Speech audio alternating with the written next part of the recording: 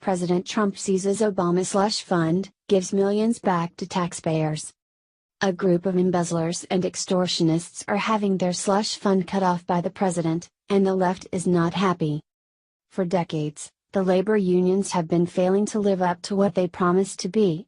There used to be a good and necessary reason for labor unions, to protect the rights, pay, and treatment of ordinary workers.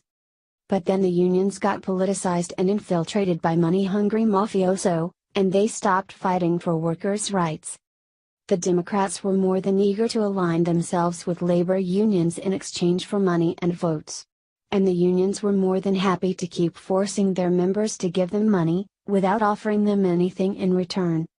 Union workers in America's Rust Belt finally stopped listening to the lies of the labor unions and turned out in droves to elect Donald Trump.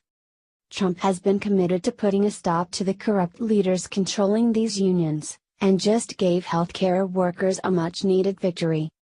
From Fox News, the Trump administration announced Tuesday it planned to end what it suggested was an illegal Obama-era rule allowing unions to collect dues from state subsidies intended for home health workers, including family caregivers. Federal law generally prohibits states from skimming money from Medicaid payments bound for independent in-home personal care workers. But in 2014, the Obama administration created an exception, saying that states could divert some of that Medicaid money to unions, on the theory that these workers effectively were public sector employees. In 2014, the Supreme Court ruled that home health workers did not have to pay union fees because they were not public sector employees, but Obama's exception created a loophole to help the unions who elected him.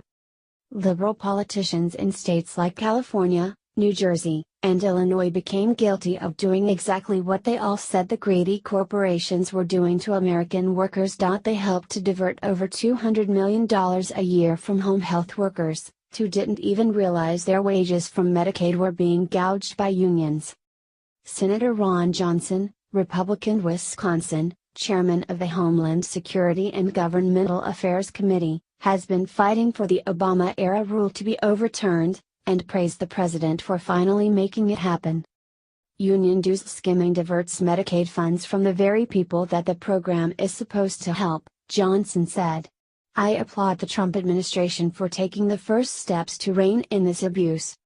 My committee will continue to conduct oversight of CMS's stewardship of Medicaid funds so that America